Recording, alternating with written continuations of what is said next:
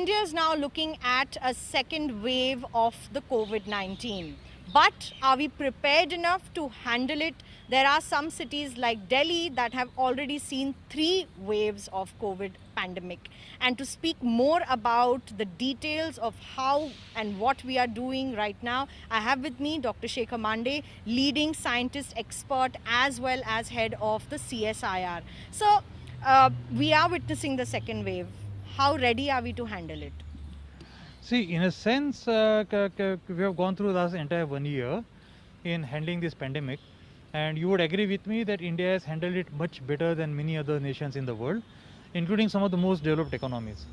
So the same protocol continues. So the same protocol, India will handle this well as well. So there has been a finding now that a new double mutation variant has been found in India, along with variants of concerns that we were already looking at from UK, Brazil, South Africa and Japan. What is this new double mutant variant, and should we be concerned about it as citizens? So the double variant that you are talking of is something called E484Q and L452R. Now this is a simultaneous mutation that has taken place in the spike protein at 2 different locations, 452nd position and 484th position.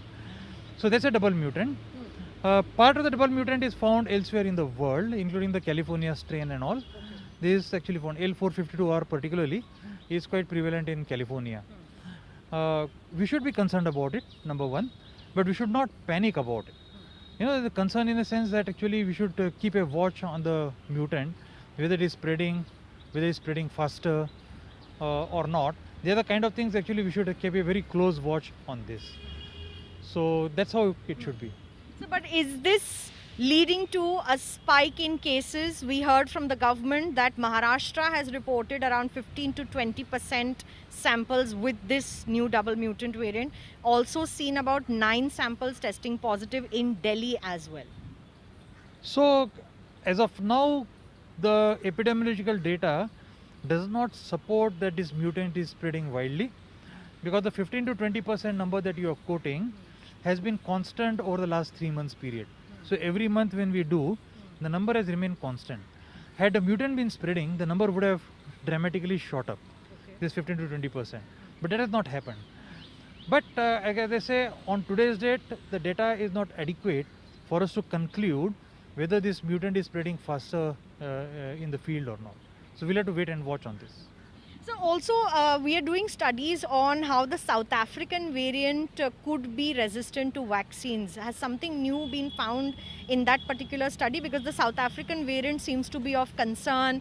The government of South Africa said that AstraZeneca vaccine seemed not to be working on certain cases of the COVID-19 there.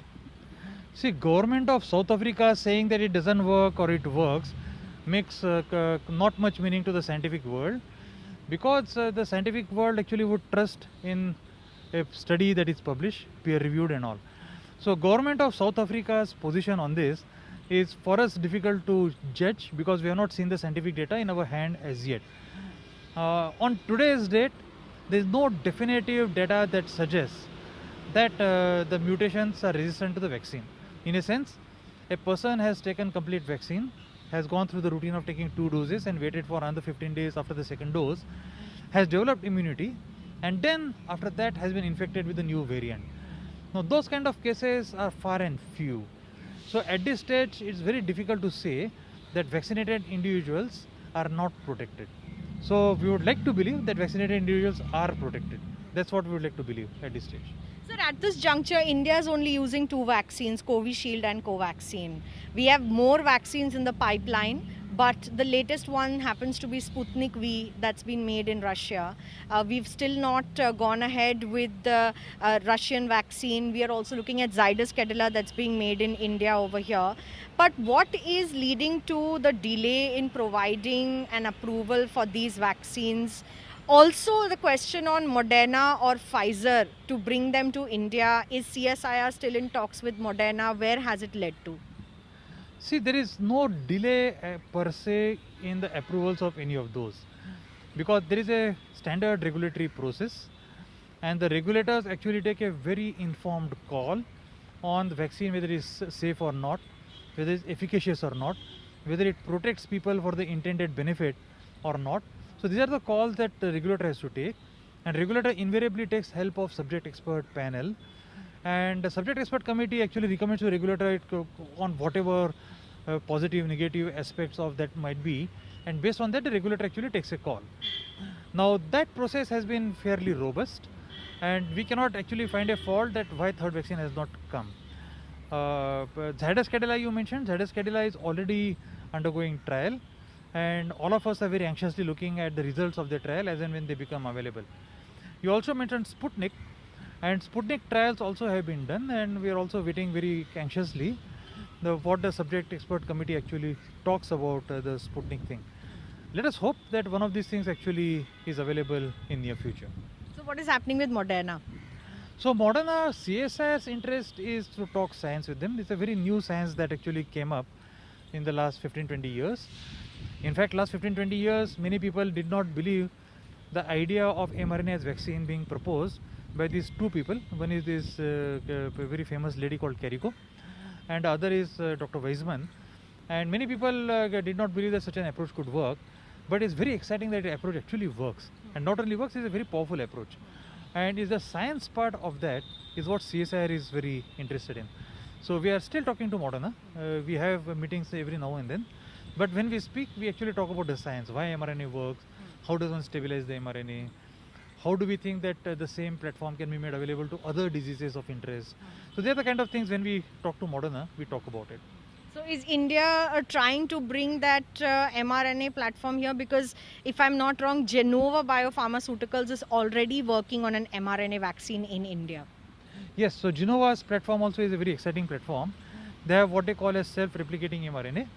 So the dose of mRNA that is given to an individual, that can potentially be reduced much less, about 100 or 1000-fold less.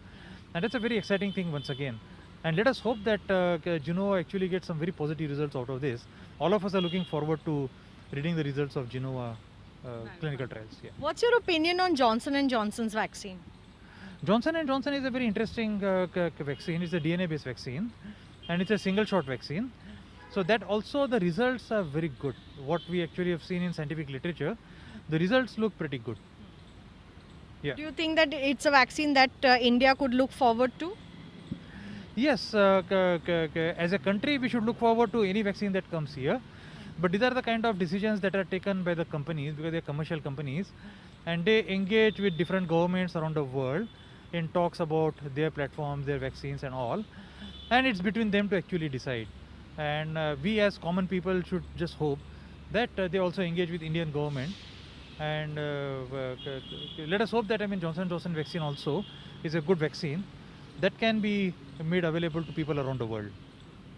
Well, thank you so much for speaking to us. In fact, India is looking at newer technology of vaccines as we speak, but India is also waiting for another pipeline of vaccines to open so that more and more doses are available to the citizens in the country right after India has opened up vaccines for all above the age of 45. With Ajay Thakur, Milan Sharma for India Today.